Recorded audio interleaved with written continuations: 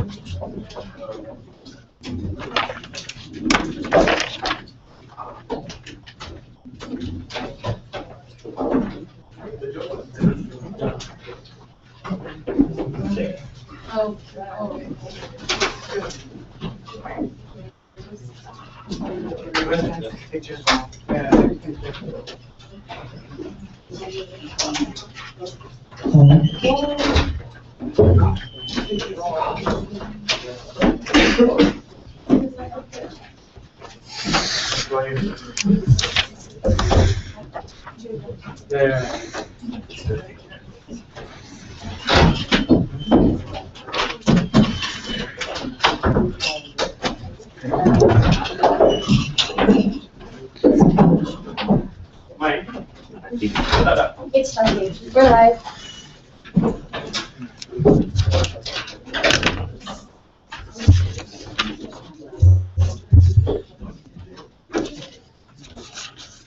Just waiting for one more judge.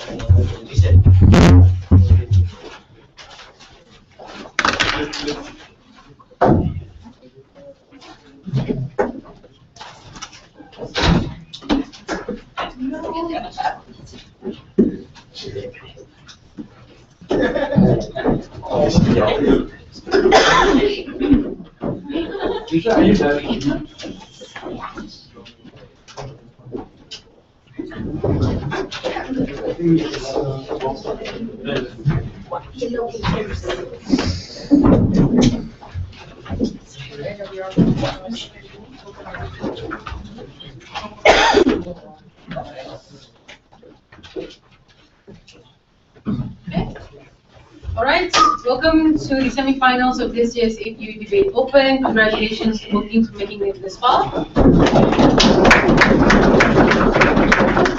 In government, we have Mara B. And opposition, we have NTUnicorns. Here again.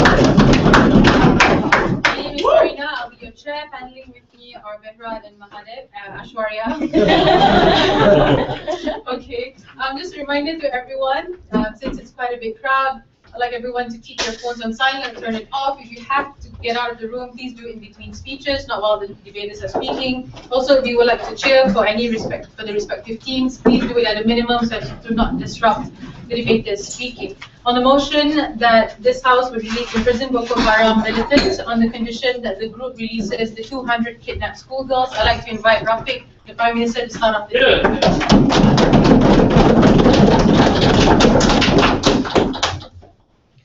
Madam Speaker, when the lives of 200 young Nigerian schoolgirls are at risk of certain death, we think this is when it is legitimate for the state to compromise some nebulous absolute principle like never negotiating with terrorists in order to achieve a greater utilitarian good. We also believe that as of now, in this current day and in this current minute and day, we think that it is the most opportune moment for Goodluck Jonathan and his state cabinet to take the moral high ground, be the bigger person in order to curb further violence from the Boko Haram militants in the future, ladies and gentlemen. In my speech, I'm going to talk to you about two things. Firstly, why Boko Haram will not compromise and will likely get more violent, and how this is the only alternative that we have. Secondly, how this policy and our model will better reduce casualties and future violence, Madam Chair. Before that, here is the model that the side of government will support. Number one, we will conduct a direct prisoner exchange with no other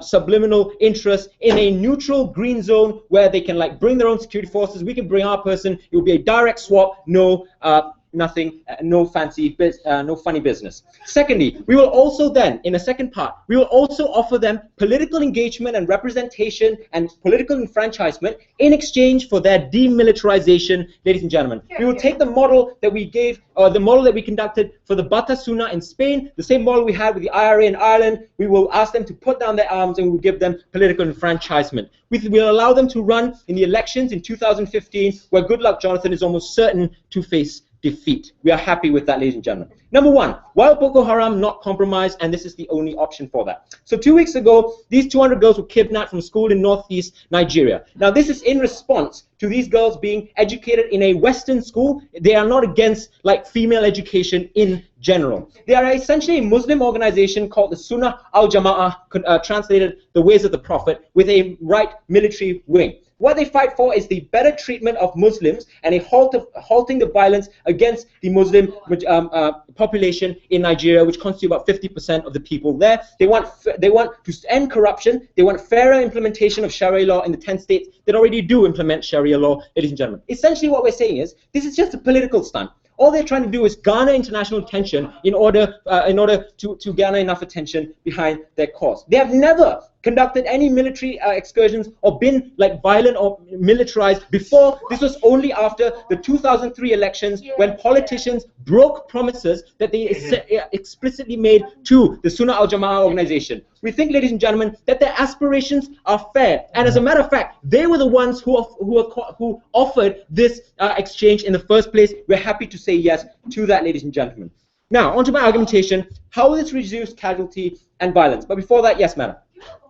Long-term protest goals to create an extremely harsh Islamist state in northern Nigeria. Do you really think that you want that in your country? Number one, guys, not all Muslims are radical.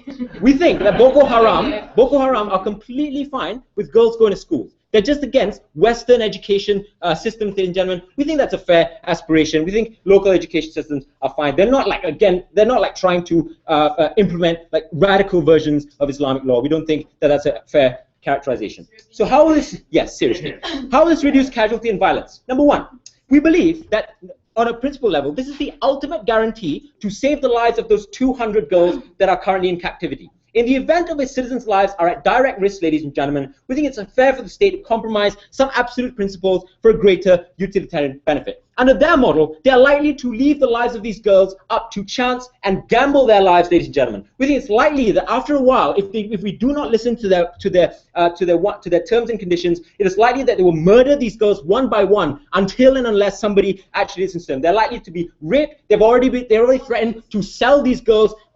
Don't know who's going to buy them, but you know, they're likely to sell these girls and brainwash them into Islamic terrorists, perhaps. Secondly, if we offer them political enfranchisement, it's likely to turn them away from violence, Madam Chair. Because firstly, that is their ultimate priority. The ultimate priority is political representation. So if they are not violent now, ladies and gentlemen, we think that not giving them that right is likely to make them violent in the future. The example we have here is when Northern Ireland experienced the Easter uprisings in 1918 and we captured Michael Collins and put him in prison. This is exactly when the Irish and the British government released Michael Collins in exchange, allowing him to form a political party and therefore running in elections. What this did is that it essentially cut off all violent measures that the IRA conducted after that, ladies and gentlemen, and turn them into a peaceful organization. But if we do not listen to their terms, what is likely to happen? Number one, it's likely to legitimize the rhetoric that Boko Haram are using amongst the Muslim community, that the state government and Goodluck Jonathan's cabinet is in fact disenfranchising Muslims and is in fact oppressing the rights and needs of the Muslim community.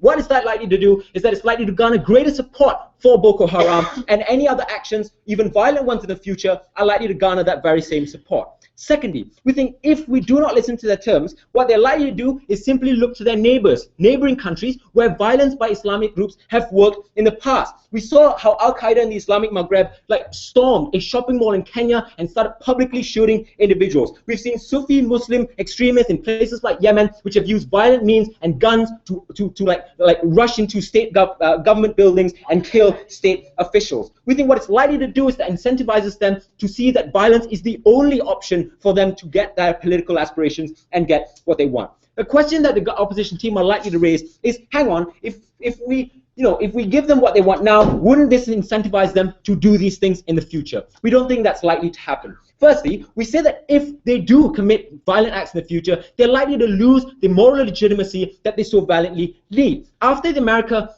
pulled out its troops from Afghanistan, the Taliban set up a political headquarters in Qatar. But even after that, they started shooting girls like Malala Yousafzai on the streets, and we don't think that they were able to garner the very same legitimacy and the moral support that they needed. Secondly, if they do this again in the future, it is likely to legitimize any state action that is done against them now. If we act against them now, violently, it's likely to fuel the rhetoric that Good Luck Jonathan is compromising Muslims.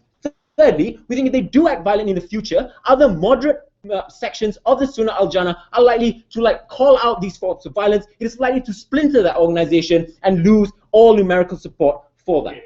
At the end of this debate, ladies and gentlemen, the opposition team needs to prove two things. Number one, they have to prove that these 200 girls, or a vast majority of them, won't be harmed and we will receive them back safely to their families. But secondly, they also have to prove how the Boko Haram will not be militarized and more violent, as I've already proved they're likely to be in the future. For all these reasons, Madam Chair, we side with those girls.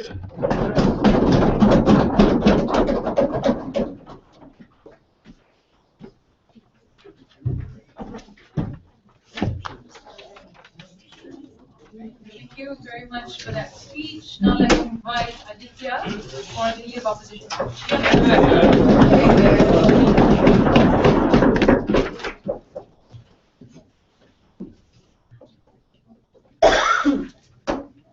Hold on, Aditya.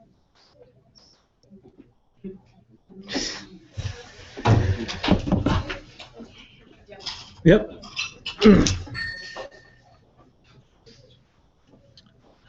Madam Speaker, in northern Nigeria, where Boko Haram has control over various parts of rural Nigeria, these incidents happen way too frequently.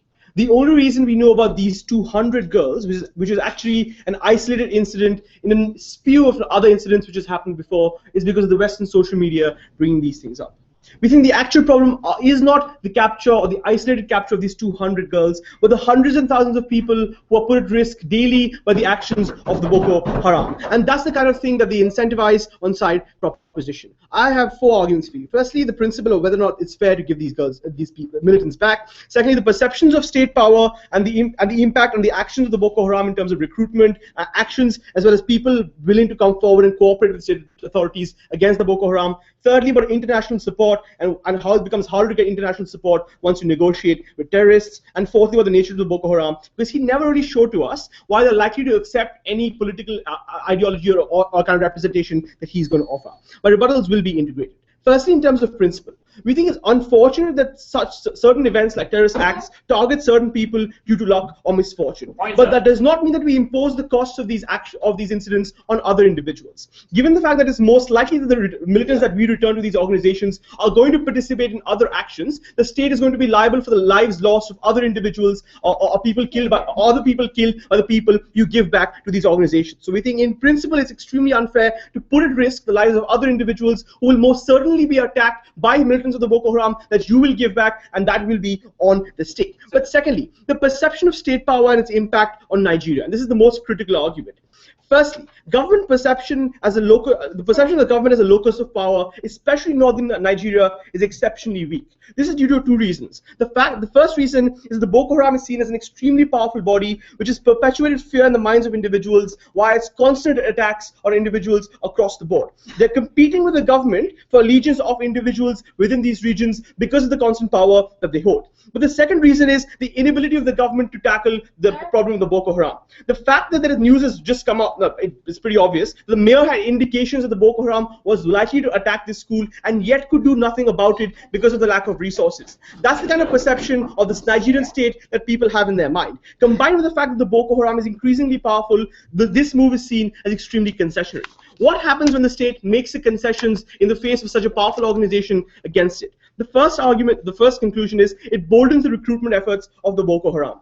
How does it do that? Firstly, it alters the risk calculus of individuals who join the Boko Haram and other such terrorist organizations. The fact that government and legal barriers don't have the same deterrent anymore because the organizations you now swear your allegiance to is seen as way more powerful and being able to extract concessions beyond the legal and other mechanisms within this country. So people who are convinced of the Boko Haram's ideology, which I will come to later, are more likely to join, because they are already convinced of the ideology, but are more likely to believe in their ability to actually carry out these attacks in the future without any fear of repercussions. But people who may not support them ideologically now are also pushed to submit to the power of these individuals in northern Nigeria, because they see that this is the only locus of power, and they fear these individuals and see that the state can no longer protect them from these individuals. So people who may not currently be actually opting to that ideology are pushed to do so because of the fear that the state cannot protect them. Secondly, it increases the likelihood of such attacks attacks happening in the future. The fact that the Boko Haram and their spin-offs are now emboldened in their conviction to carry out these attacks without meaningful consequences to people who participate in these actions. Individual soldiers of the Boko Haram now know that the legal consequences or the threat of deterrent from the government is far lower, and it increases the ability of them to carry out these attacks in the first place. But thirdly, normal civilians are far less likely to actually interact with state institutions in helping them against such criminal activities of the Boko Haram. The fact that the Boko Haram is seen as a far greater and more powerful institution means that people are afraid to come and give information to things like the police, which might be then used to track activities of the Boko Haram. That's the kind of fear that you perpetuate in the minds of the normal individual citizens when the Boko Haram is seen as a locus of power. Yes, Rafiq. So don't you think that the longer they can keep these 200 girls, it's likely to fuel the rhetoric that Boko Haram are heroes who are saving girls from Western schools?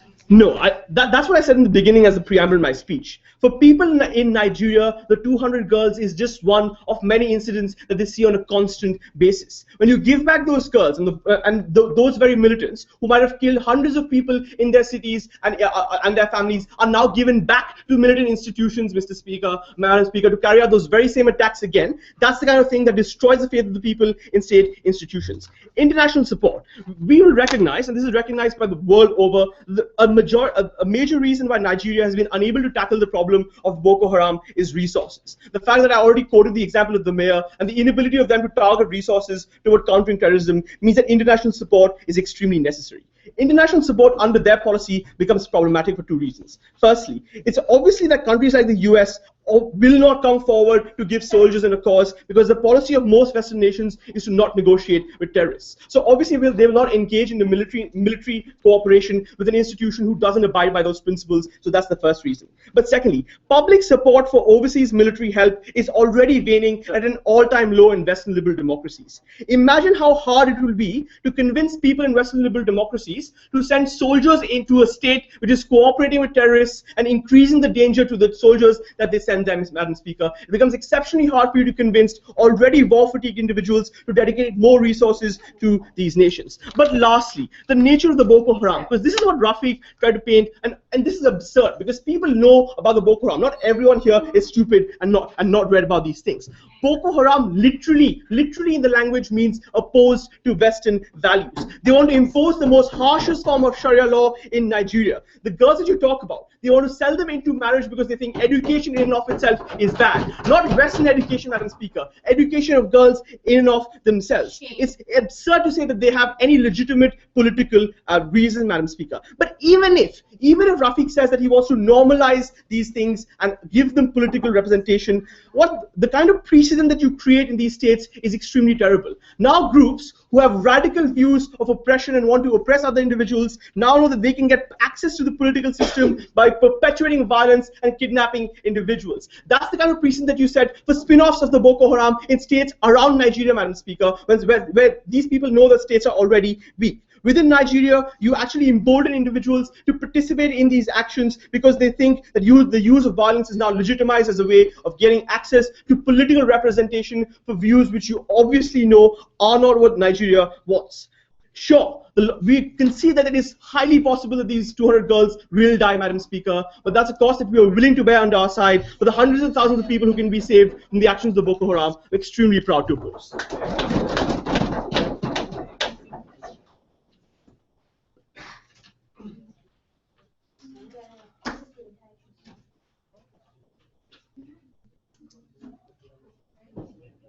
Alright, thank you, Aditya. Now, to continue the case on the government bench, I'd like to invite Deputy Prime Minister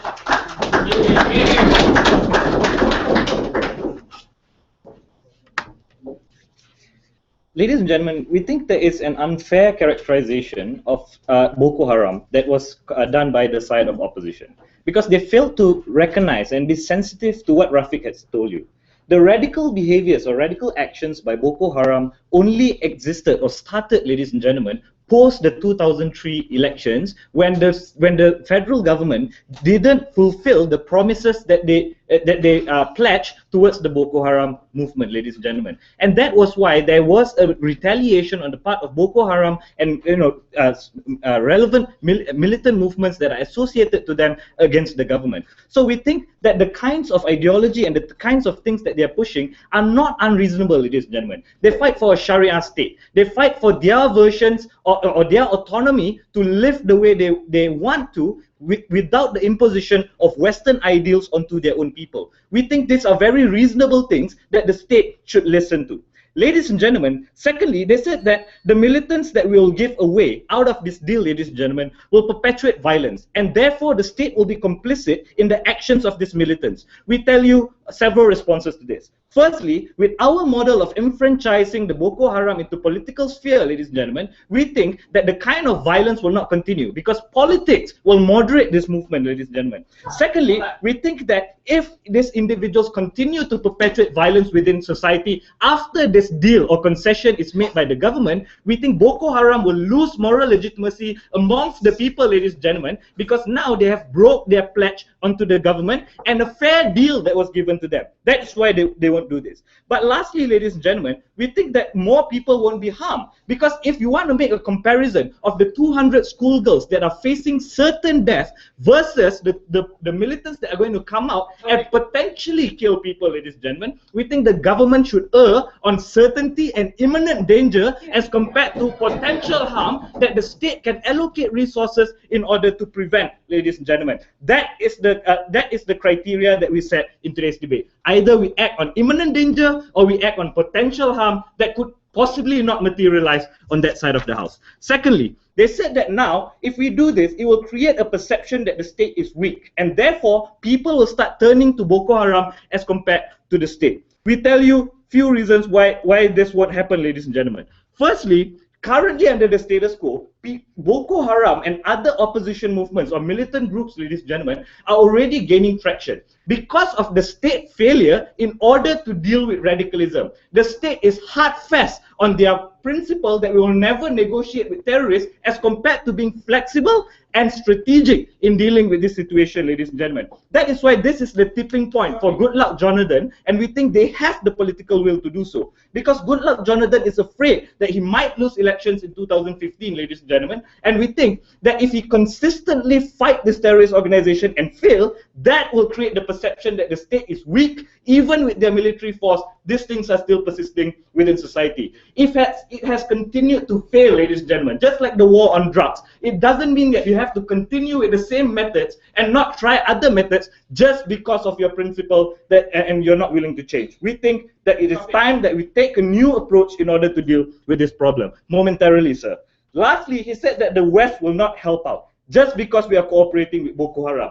When you cooperate with Boko Haram, it's not a blanket policy on the state to cooperate with all terrorists, ladies and gentlemen. This is a specific issue where 200 young girls are in danger. And we think the state should be strategic and flexible when they're facing threats like this. Therefore, the West is smart enough to know that the state is making a calculated decision as compared to a blanket policy where we're going to be friends with terrorists, ladies and gentlemen. Even then, we tell you that will not happen based on precedents. When Hamid Karzai consistently visits the Loya Jirga to talk to tribal elders and militant groups, ladies and gentlemen, because they are crucial to the political landscape of Afghanistan, America did not stop giving aid to Hamid Karzai because this is seen as an important and strategic means in order to achieve American and Afghan national interests, ladies and gentlemen. This will be perceived as the same. Three things I'm going to talk about.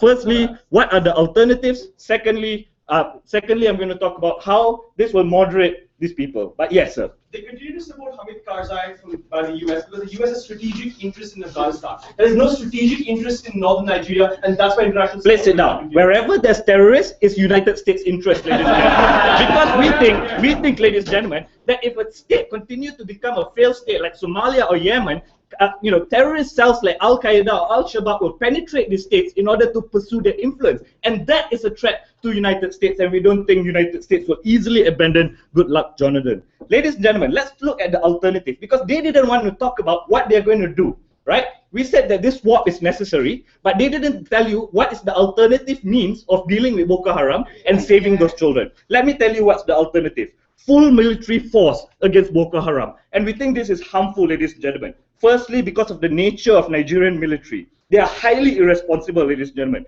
They have committed human rights violations in all their operations. They have committed themselves to torture, indiscriminate killing, and extrajudicial killings, ladies and gentlemen. In the 2009 uprising of minorities such as the Ijao and Ibibio and Kanuri tribes, ladies and gentlemen, in 2009, this was seen to be perpetuated by the Nigerian army. We think if you continue with a full-blown military force against this group, what you do is that you will radicalize Boko Haram and other militant groups even further because of the behaviors of the military. Secondly, because of the behaviors, you will create a resurgence of morale fueled by vengeance on the part of the militant group that will bring more harm to society. And this will also be a rallying point and a recruitment strategy, because they will blame the military and government actions against them, ladies and gentlemen, telling the people that the government doesn't care about young children. Lastly, we think that the nature of the Nigerian military is also fragmented, where 50% of the people are Muslims, ladies and gentlemen. We think that they are internal agents of militant groups that are within the military that harms an effective and unified operation against Boko Haram and militant groups. That is why the government needs to be smart and negotiate with Boko Haram. Lastly, we think that political enfranchisement will make Boko Haram more moderate. Just like how, ladies and gentlemen, the IRA and Sinn Féin moderated when they gave up their weapons and entered politics. Because politics is a populist sport, and there's a spectrum of Muslims. There are liberal Muslims, moderate Muslims, and conservative Muslims. In order for them to come into power or gain more votes, Boko Haram will be forced to moderate their stances on certain things, and that is a future that is better, ladies and gentlemen. At the end of this debate, it's not only about those 200 girls, because we think that we saved them with this swap. But what solved the problem at its roots is to acknowledge and listen to people. When people have grievances, ladies and gentlemen, you have to listen to them. If you shut them down, then they will start killing you. We propose.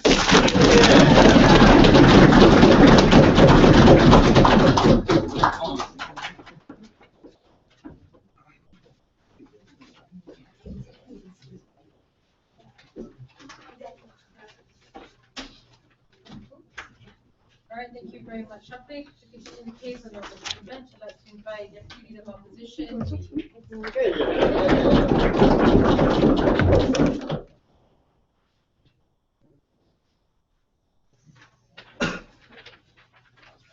We put it to you that this kidnapping incident is endemic of Boko Haram initiated violence that has raged on in northern Nigeria and beyond for a very long time. If you truly care about the girls within that country, if you truly care about the victims of the kidnapping, then what you want to do is to stop the extremist activities of Boko Haram. Obviously, if I was a parent or the loved one of one of the kidnapped girls, I would wish for these girls to be brought back, regardless of the cost that is incurred in the process. However, I am right now in the position of the government, and my long-term aim is to do what is best for the country, to see the larger picture, to pull the countries fragmented by Boko Haram's actions under control, and to fight a war of ideology that was initiated by Boko Haram's untenable aim of a harsh, unfair, and strict Sharia state. So let's look at basically their characterization today, right? Their team line is as follows. They think that because 200 girls are at risk, they must sacrifice what they term a nebulous principle of non-engagement with people who are frankly terrorists.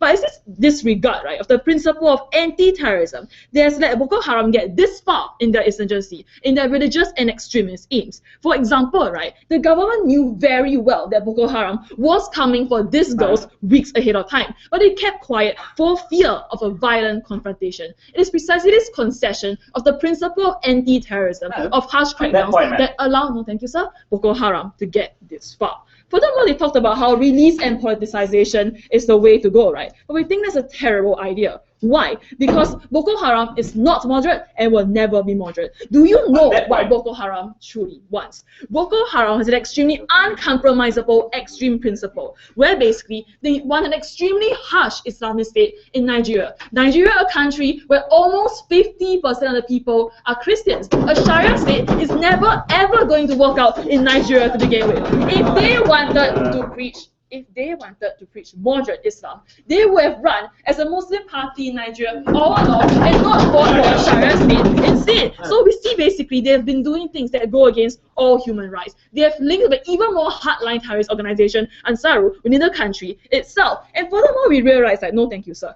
even if you don't believe me on all these facts, right, at least read out on the kidnapping itself. They are not going to say, if you send us back, we'll send our girls to a nice progressive madrasa. That is not happening. They want to marry them all because girls, according to them, should never ever have education. No thank you, sir. So we see basically that all their points, right, are in great tension with the examples of with real life examples of how Boko Haram is behaving and has been behaving, and it's great disregard for life and freedoms of people. That is not moderate Islam. We are perfectly happy to give any other moderate Muslims in the country political advisement. But Boko Haram at present, and as it has been in the moment, sir, in the past 10 years, is as far away from moderate as you ever get. And we think basically the leaders of Boko Haram right now, who have been used to the way it operates in the past 10 years, will not yield to any idea of moderate Islam, any form of leniency. Before I go on, I will take a point. Madam, there are states in Nigeria that have already implemented Sharia law. Are you saying that just because a group has ideals that are against the vast majority of the state, that we should always combat these groups? We think that if people want to push for a greater, say, Sharia courts within parts of Nigeria and so on, they can do so through moderate means. We're basically telling you that any means that Boko Haram is employed towards... Dude, sit down. We basically say that any means that Boko Haram has articulated or expressed towards achieving its aims is too extremist and it cannot be condoned as a legitimate political organization. Nothing is done allows for this interpretation. Furthermore, let's look at the trajectory of such conflicts in the Middle East and Africa, right? We often realize that for organizations like Boko Haram, their religious extremism is highly uncompromisable, no matter how many concessions you make to them. Furthermore, when you legitimize these militants, right, and say, okay, you can be a political party, you can run for elections, you can try and overthrow the Nigerian government, you know what? When they lose the elections, I don't think that these people are going to just wait and run again. I think it is very likely to return to the violence they are used to and preach as perfectly alright for them. Moving then on to my final point on Mitra's case, right, that wasn't really very well engaged with. His points on basically how you embolden Boko Haram and increase recruitment were not disputed and still stand. But what he tried to deal with, right, was the idea of how we are conceding to them. And honestly, there are many other methods going on that work so much better in cracking down on Boko Haram, right? Like engaging international support, like finally engaging the military. They thought the Nigerian military was bad. No, there is huge support within Nigeria for the military to finally do something. The Nigerians are very angry simply because Goodluck Jonathan has refused to act so harshly against the militants so far. But if the military is really that bad, right, then the issue is to check the military for human rights abuses. Furthermore, they came and told us, no, we are not creating a blanket concession.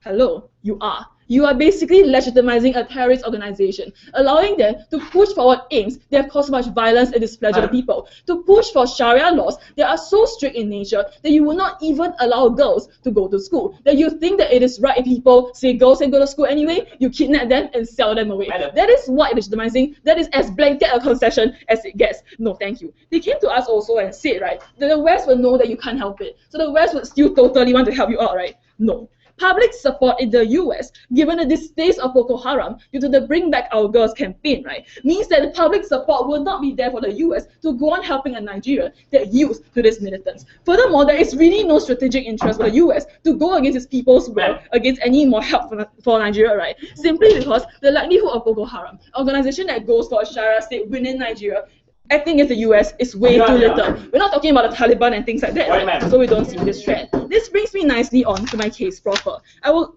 further this idea of ideological wars, right, and look at how basically Nigeria cannot compromise its ideological consistency. What we realize, right, is that the government's support of Western liberal values like education and gender equality that Boko Haram is so against must be sustained by a constant refusal to go easy on militants under any condition. Essentially under all the gunfire, right? This is a war of ideology. It's bigger than the lives of individuals. It's basically about what Nigeria should be as a state, what protections Nigerian citizens should have as a matter of course. That is why the insurgency is so hard to resolve and so scary, because it rocks the very foundations of what Nigeria should be as a state. for its people. So basically, even if you get your girls back under their paradigm, yielding to terrorist demands and being unable to stand up for educational rights by yourself and being at the mercy of Boko Haram means the state loses any ideological advantage over Boko Haram. And at a practical level, you have released powerful militants that can come back to haunt you. There is therefore very little you can do post-return to secure things like education from Boko Haram's ideology of oppression, and all they would do to uphold it. You therefore find it almost impossible to ever get upper hand back.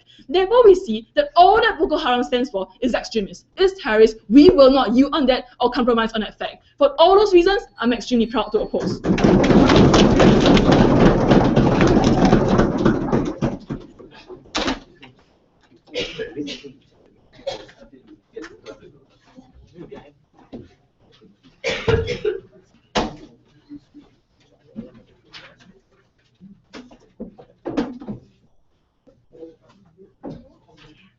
Thank you very much. Now I'd like to invite Mai as the government whip to give her speech.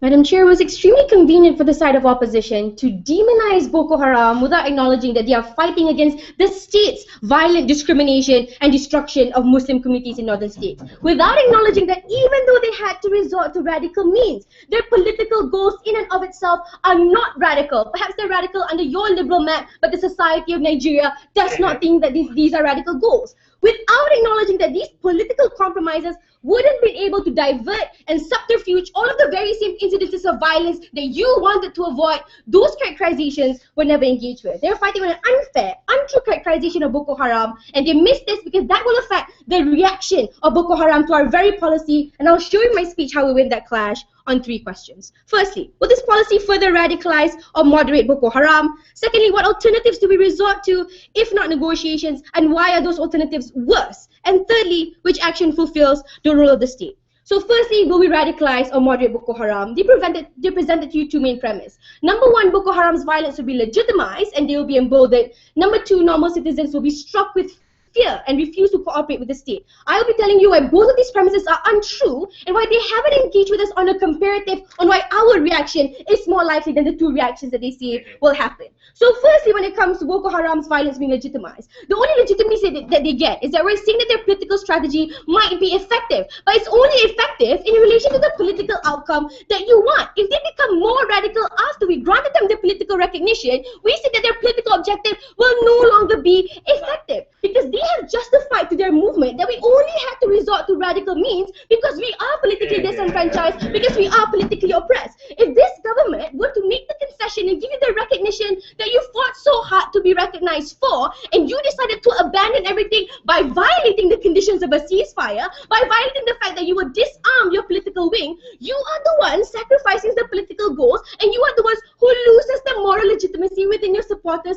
on the ground. So we say up to this point in time, this political compromise will prevent further conflict and radicalization. If they choose to radicalize again, then shame on you for abandoning your own cause and abandoning your own supporters. We say they will not do this because of why? The characterization that came in Rafiq's speech. We told you that the Boko Haram were an innocent political movement in the early 2000s. Listen up, guys. They only radicalized after the 2003 election, after they were used as puppets for political thuggery. They were promised for Sharia law to be implemented, and you broke your promises, forced them to be oppressed and radicalized, and that's when radicalization happened. So up to the point where political recognition was granted, they were never a radical organization. We give you examples of how IRA and the Buta Sunni responded to these kinds of offers, and all of them resulted in a moderation and acceptance of those conditions. We don't know why Boko Haram is exclusively different versus their flip side, because they wanted to argue that the ideals of Boko Haram are ultimately very non-moderate, and we can never agree upon that. But the thing is, what social consensus determines as legitimate will be legitimate within those societies. If you have 10 northern states that agree with the ideas of Sharia law, who are you to arbitrarily condemn those values as being excessively liberal? This side of the House grants them the political recognition and flexibility for those societies to decide for themselves, recognition does not tantamount to automatically passing those policies. It allows a better engagement of those political ideals. Also versus the harm that we told you will happen. The rhetoric that we Muslims are being discriminated will be further empowered on your side of the house if the government still refuses to give them the kind of engagement, even in respect of massive harms being caused to these 200 girls. You are complicit in causing those harms. We will give you a safe avenue for us to save the lives of these 200 individuals, and your government absolutely refused. Your premise false. Second premise, normal citizens will be struck with fear. Already as it stands, Madam Chair, Boko Haram has massive on-the-ground support. You have a majority Sunni Islam population within the 10 states. We view Boko Haram as freedom fighters. Acknowledging the nuance and the precondition to this engagement is a ceasefire, we don't think people will be struck with fear. We think that people will see that they are now finding it more moderate because they're willing to put down their guns. We don't understand where this element of fear is derived from when this policy automatically moderates their demands. We think better reactions, Madam Chair, is that when you enter politics, you will be moderated. This side of the House told you that if you want to fight for a reflection of your values as actual policies, you will have to engage with people on the ground. You will have to win the votes and minds of individuals within those constituencies. They have all the reasons to engage with individuals to get the kind of political reflection that you want. But secondly, we told you they will continue on their radical political strategy if you still refuse to give them the recognition that they want. Already they believe that killing people is legitimate, and because we do it to gain political attention, so if you're not giving them the attention that they want, they will further continue the political strategy that they have. You are exacerbating the radicalization that already exists. This side of the House moderates it. Second question, what alternatives do we have? Yes. Boko Haram is currently radical and violent. Your policy gives them more power by conceding their demands. Suddenly they get more power, but they will give up their guns because they can participate in a political system in which they are likely not to win the elections. How does that work? It is not giving them excessive power. It is giving them the kind of power that they deserve, because recognition of your political ideals is not tantamount to forwarding your ideals. You still have to defend your ideals. You will still have to convince the hearts and minds of these people. There's absolutely no harm to forwarding your ideals, especially when we make an active disassociation with your radical means. So they will forward their ideals in a moderate and engaging way. Let's look at alternatives. There are two ways.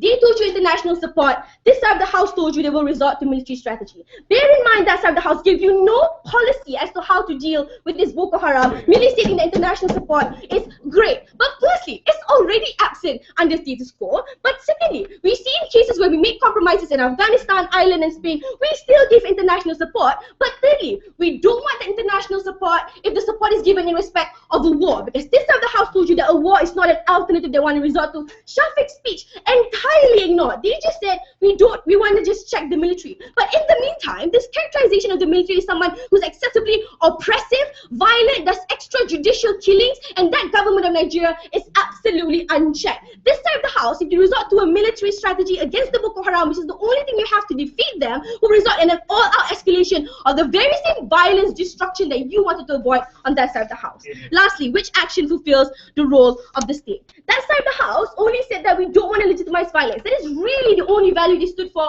We don't want to lose an ideological advantage to the Boko Haram. We told you recognition of radicality does not mean you're forwarding those ideals. In fact, if you force radical people to engage on a neutral, transparent platform, that's when they will moderate their ideals, because they will have to engage with other reasonable and moderate actors. Versus this side of the House gives you the highest value that any state can possibly protect, which is the protection of imminent danger of certain individuals that we know for sure their safety will be compromised. We know for sure that their lives will be lost. As this side of the House, even in regards of all valid legitimization of arbitrary values, would opt for the lives of these little girls who we can save and therefore we should save.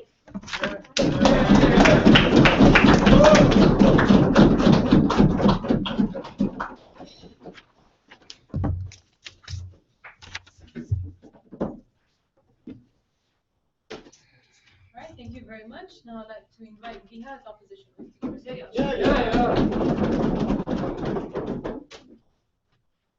In a debate with two different characterizations of who exactly Boko Haram is, it's incentive or priority for both teams to engage both characterizations of Boko Haram. We think that side has not once engaged with the characterization of Boko Haram that we gave you. We're going to make the comparative in this speech. Let's make one thing very clear. The characterization that came out from them was that the Boko Haram were these nice guys who want to fight corruption and give better rights to the poor oppressed Muslims, and they were really, really victims of consequence, and that's why they, just kidnap people, sell and rape people and then sell them into marriage and do all of these terrible things because they're just really, really nice people. The reason why they're so nice but still so violent is because there were some illusionary promises broken at some point. We don't know what these promises are or why they turn violent in any particular way, but there were promises broken at some point in 2003, and therefore some switch clicked in their heads and they became violent.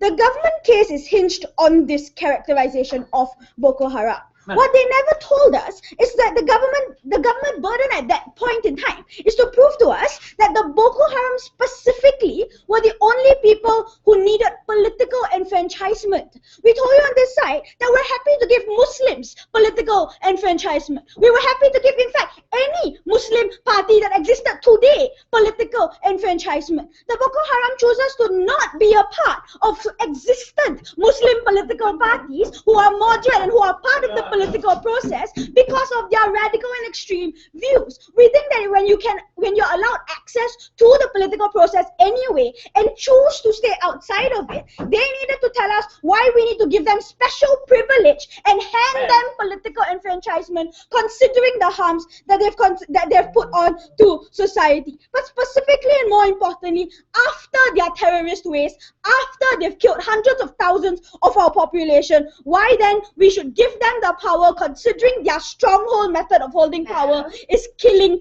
our citizens. We don't think it's a legitimate reason. But let's look at what really the nature of Boko Haram is, right? We tell you that religious extremism in terms of what they stand for means that the likelihood of any middle ground moderation of what they want politically and what they're willing to stand for is low. Because, well, one, the Christian 50% of Nigeria is never going to agree to their Sharia state policies that these people want. But secondly, if they were willing to be moderate, to be populist, they would have done so anyway, because the way to be populist and moderate is existent in the Nigerian political system. But secondly, we tell you, for the last decade after they've caused the hundreds of thousands of people's death, the argument on that side is that they were going to become less violent once they gained the moral legitimacy. One, we don't know that they're going to get moral legitimacy because under their side they still have to stand for elections, and the likelihood of them losing that election is high based on their own characterizations that there are a gradation of Muslims and not all of them buy into the characterization of Boko Haram. That means that the likelihood of them losing the elections being high means that they don't get the moral legitimacy. They don't get the locus of power that they want on that side. But secondly, even if they did get the locus of power and they suddenly became part of the government or had the ability to have political power, why would there be any incentive to lose that control or lose that hold on the community? Because this is the argument we heard from them. They were moderate in 2003 and they were really innocent and nice, and they failed. They became radical and they were successful. Therefore, they're now going to choose to become moderate again. We don't think that logic works. We don't see an incentive for these people to do that. But we think at the end of the day that these individuals are allowed to have extremely conservative views. We're not saying that they cannot be extremely conservative with their religious views. Go ahead.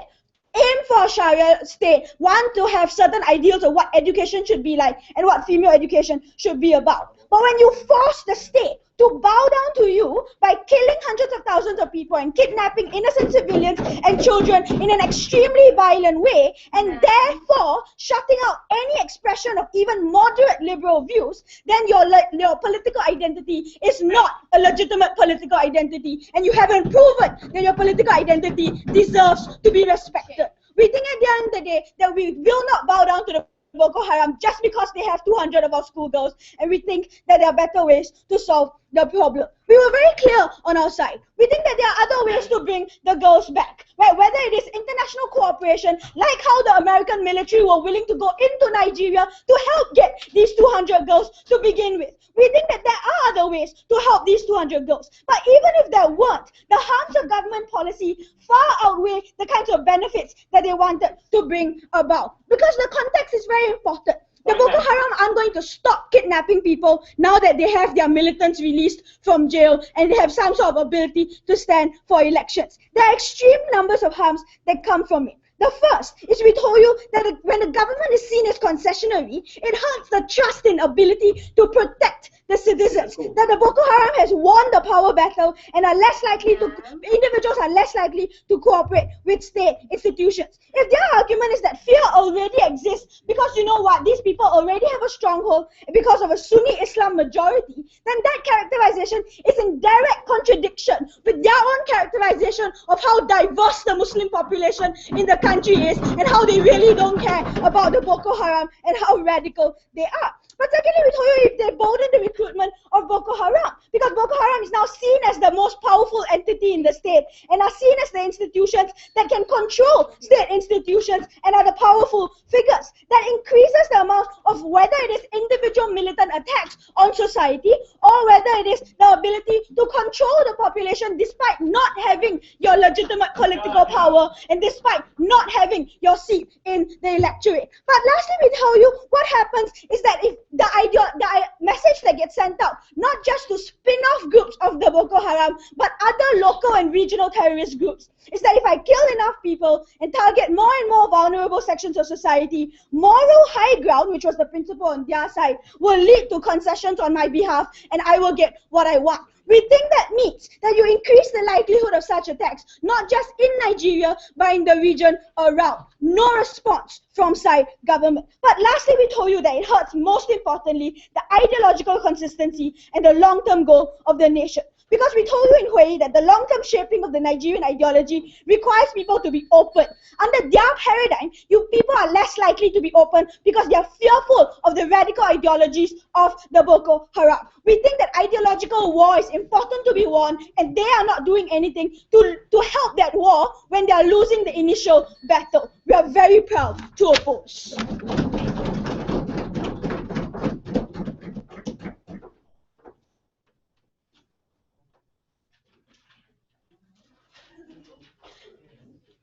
Thank you very much, Biha. I open the floor for the replies. So let's start.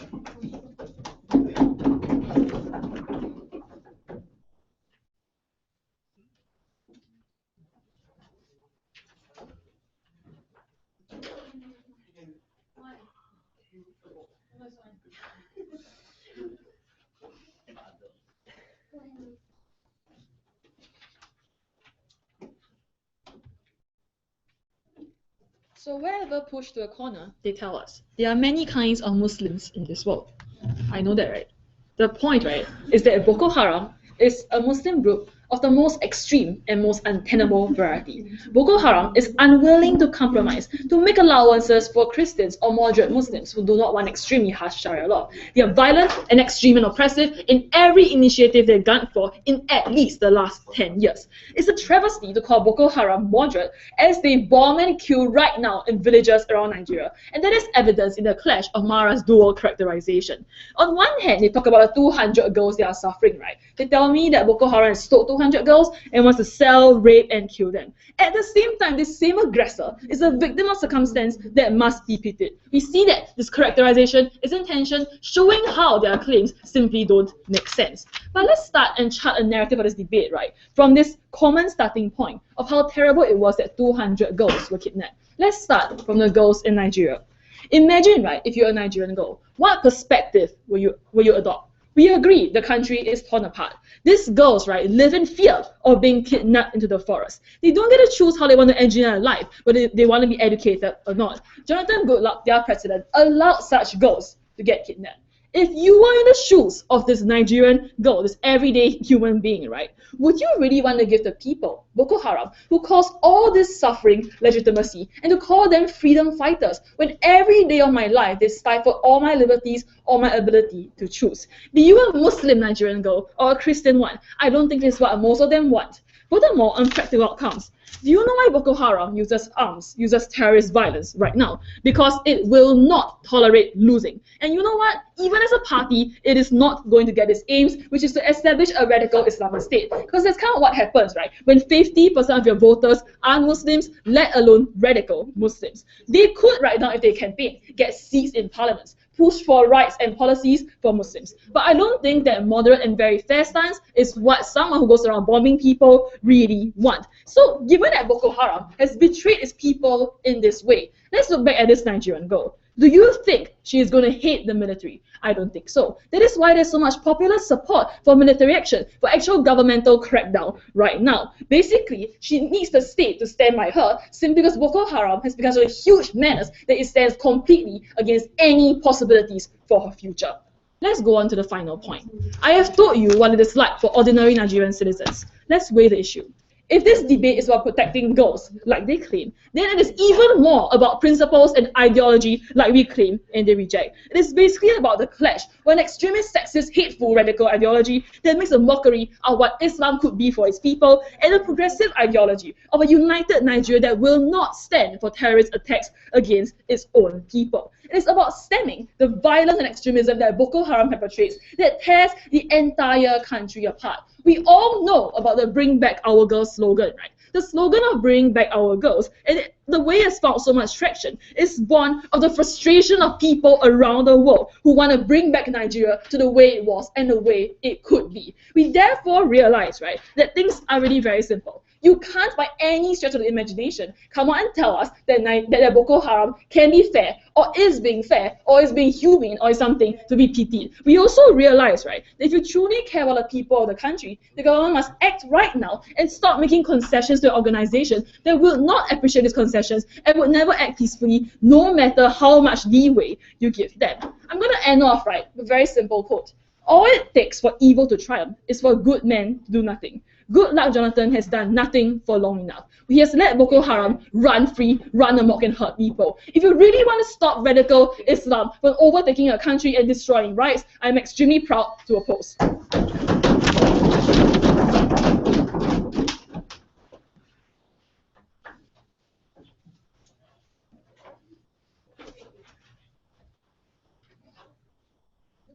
Alright, thank you very much. Now I'd like to invite the final speakers. Traffic.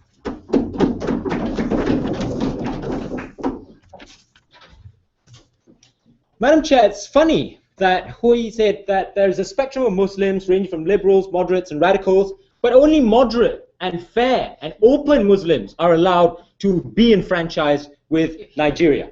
It was also funny when they said that there are many, many other alternatives to this problem, like international support, and then that's it. It stopped there, ladies and gentlemen. So either here, we're faced with, our model, or fighting them with an unpopular army, or starting an all-out foreign invasion to fight a Islamic group in that country. It was funny, ladies and gentlemen, because we told you that negotiations, and looking back, and we brought you a myriad of examples, negotiations has always led to moderation. They never gave us one example of where ignoring terrorists has worked before, and I'm angry because I try and read stuff, and when I can use stuff I read, I get upset that no one gives me credit for it. It also was telling that the third speaker on the other team was so busy piling and buffering up their case that she forgot to take a point of information, ladies and gentlemen, from us. All right, so let's you didn't take us, sorry. First question, is Boko Haram a valid organization? They told you they're Muslims, they're violent, they're de facto terrorists, and they're illegitimate. Even if, ladies and gentlemen, we accept that, and we did engage with them, even if there are radical laws and policies, why is that grounds for ignorance, ladies and gentlemen? What are moderate demands that you'll accept? There are states in the Bible Belt that ban gay marriage, that condemn the use of condoms, that ban abortion and burn abortion clinics. And ladies and gentlemen, we negotiate with them all the time. They're called the Tea Party, ladies and gentlemen.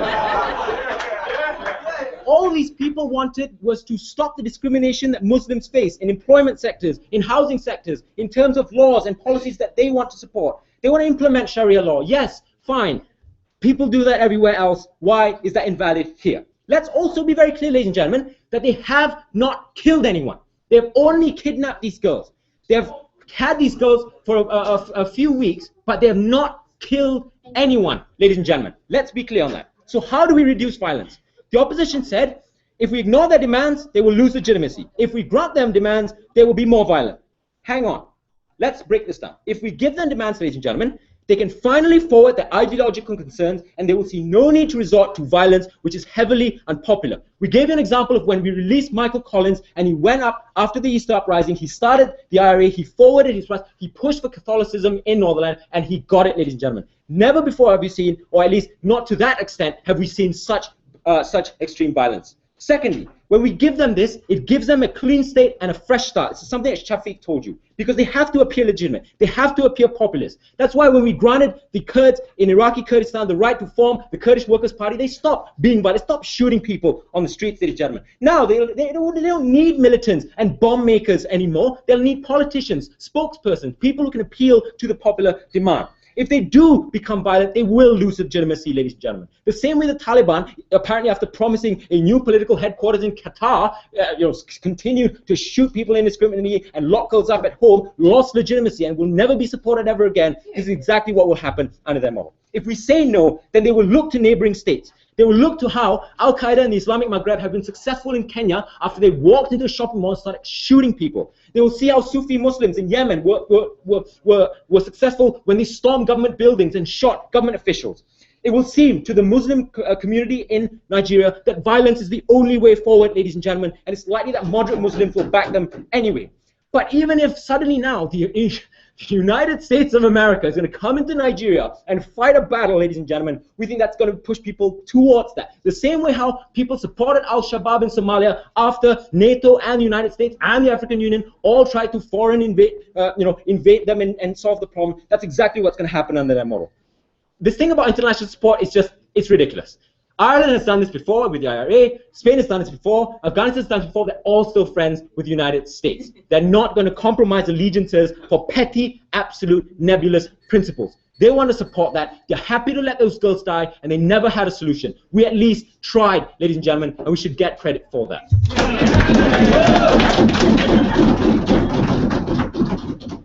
right, thank you very much. Both teams may cross the floor, shake hands, announce the results of the victory.